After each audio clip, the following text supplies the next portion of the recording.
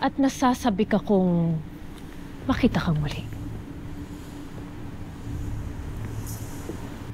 Akin pang naaalala ang huli nating pagkikita. At iyong sinabi na isa akong huwad. Ngunit, sa iyong pagtulad sa aking wangis, sino ngayon sa atin ang tunay na huwad? Kung titignan mo nga naman, tila marami tayong pagkakatulad, Metena. Kapwa tayo naging alipin ng poot at paghihinapis.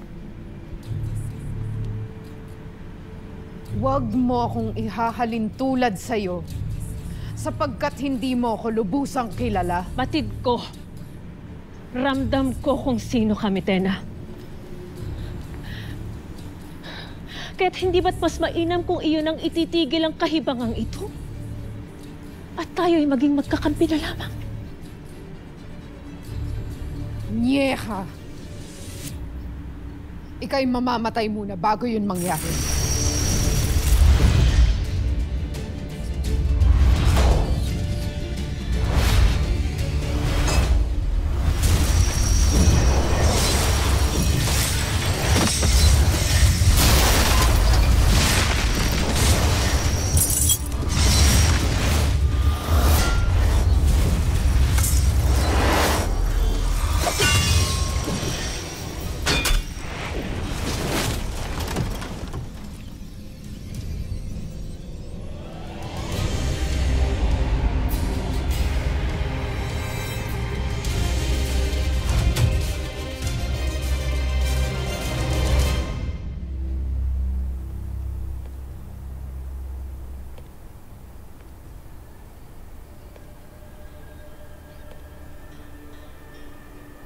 Parang tagal na.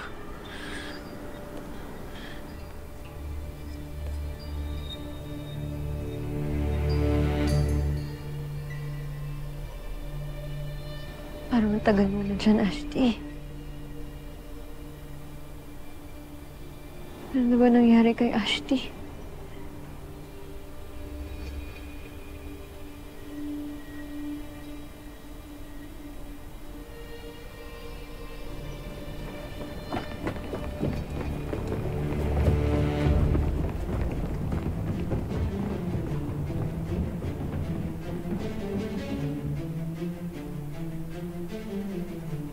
Sakaling dumating na si Metena at ako'y hindi pa nakakalabas, ika'y umalis na at magkita na lamang tayo sa burol na itinuro ko sa'yo kanina.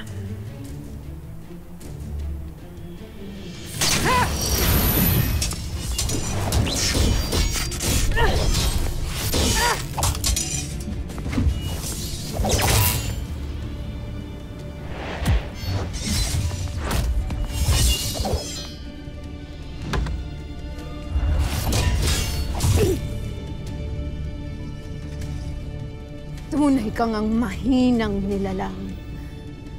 Hindi ko pa ginagamit ang aking mga brilyanteng ngunit ika'y akin ang mapapatay. Ikaw ang mas mahinang nilalang! Sapagkat inaasa mo ang iyong lakas at halaga sa iyong kapangyarihan. Bakit? Sino ka ba kung wala ang iyong mga brilyante at kaharian? Sino ka kung wala ang iyong nasasakupan?